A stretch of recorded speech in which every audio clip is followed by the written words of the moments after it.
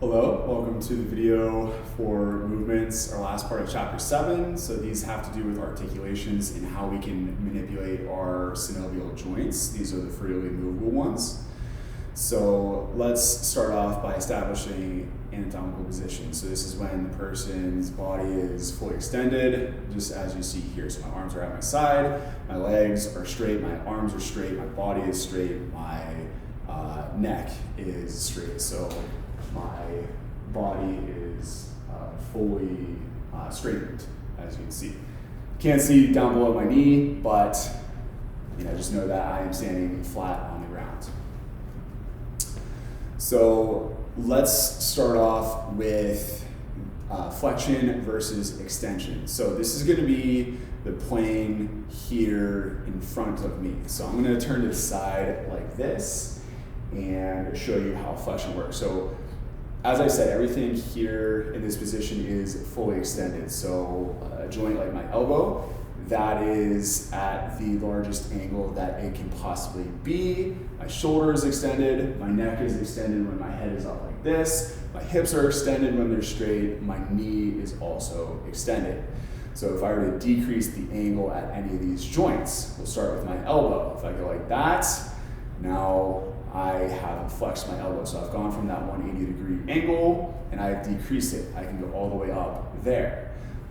Take my shoulder. If I were to go move it like this, now I have moved it forward. I am flexing my shoulder as I bring my arm up like that. Same thing with my leg at my hip. If I bring my leg up like that, I am flexing my hip. And my knee, it's fully extended right now. If I were to bend it like that, I've gone from 180 to an angle that is less than that, so that is also flexion. Other flexions that can happen, your fingers, okay, you can flex that, your wrist, same thing, your neck, you can also flex your neck. So there's a lot of examples of flexion. Now extension, so it's the opposite of flexion. So let's say my arm is like this, and I now increase the angle again. So extension is just the opposite of flexion. So let's say my arm is up like this. If I bring it back down to my side, I've extended it. If my head is down like this and I bring it up, I've extended my neck. Same thing with my hip. If I've gone like this and I bring my leg back down, that's extension. If my knee is bent and I straighten it out, that is also extension. Hyperextension. So again, anatomical position. If I extend beyond what is considered anatomical position like this, like my neck, I look up towards the sky, that is hyperextension. I bring my shoulder back, that's hyperextension. Same thing with my hip, I bring it back behind where I am fully extended, that is hyperextension as well.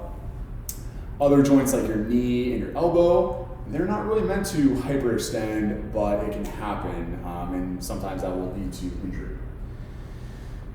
Okay, next is abduction and adduction. So now we are, again, looking at anatomical position, but now these movements are relative to the midline. So if I were to move away from the midline, like at my shoulder, like this, that is abduction, abduction. If I bring it back down, that's adduction or adduction, okay? So abduction, moving your joints away from the midline, and adduction is bringing them back. I can also do that with my hip, okay? Abduction, adduction, abduction, adduction. Same thing with my fingers, okay, just like this. I can move them, so move my finger like that. That is also abduction, okay, and then bring it back. Same thing with my wrist. I can move it like that. That's abduction and adduction. Next, we got rotation. So our pivot joints. So I can rotate my neck, right? C1, C2, left, right. That's rotation. So the other pivot joint that we have here in our wrist, these have special names. So we're going to hold off on those.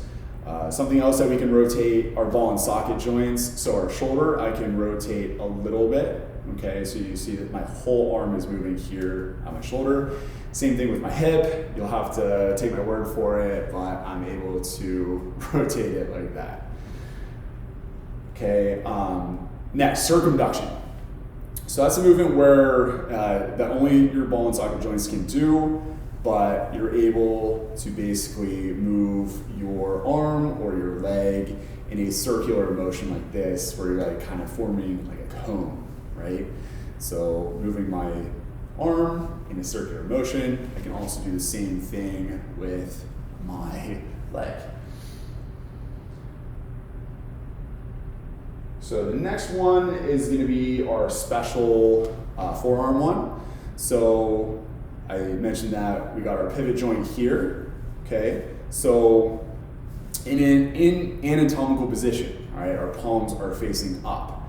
So this is called supinated position or supination. So if I were to have my arms out like this, my palms facing down, and I were to move like that, that's called supination. If I were to have them rotate like that and now my palms are facing downwards, that's called pronation.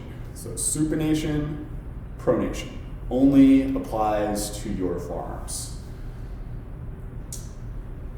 Okay, so next we have some things to do with our ankles. So I'm going to start with inversion and eversion. So if I were to invert or inversion at my ankle, basically what I'm going to do is I'm going to face the bottom of my feet medially. Okay, so I'm facing the bottom of my foot inside.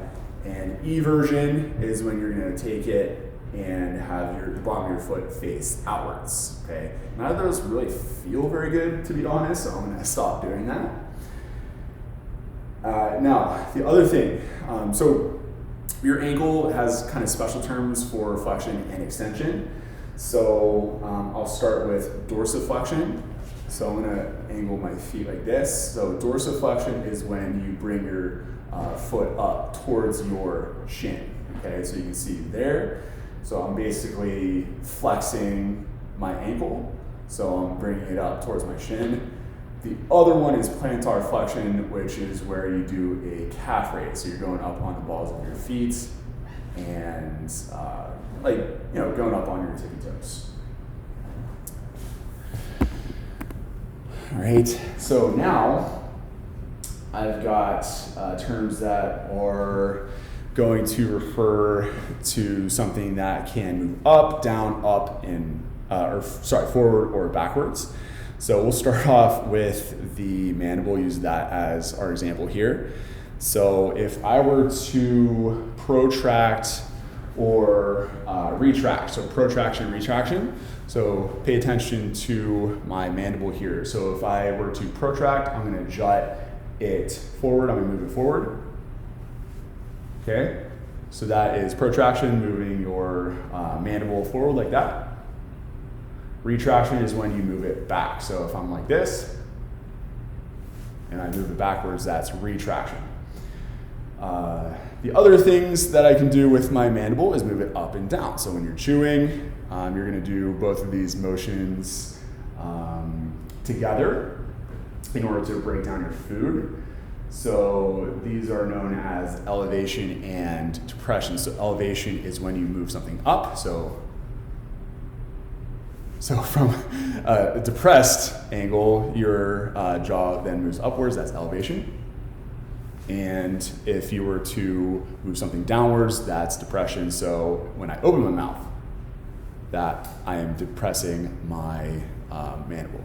So your scapula, so your shoulder blades can also do the same thing. You can move them up, you can move them down. So elevation and depression, you can also move them forward or backwards. That would also be protraction and retraction. Now, the very last one that I've got has to do specifically with your thumb. So we said that this is our opposable thumb. It is able to oppose or just touch the front tip of all four of your fingers. That is a movement known as opposition. So just the flexibility here of our saddle joint allows for our thumb to be able to touch the front of each of our fingertips. All right, so that is all 18 of our movements. Hopefully that was helpful. And we're gonna practice them in the gym tomorrow.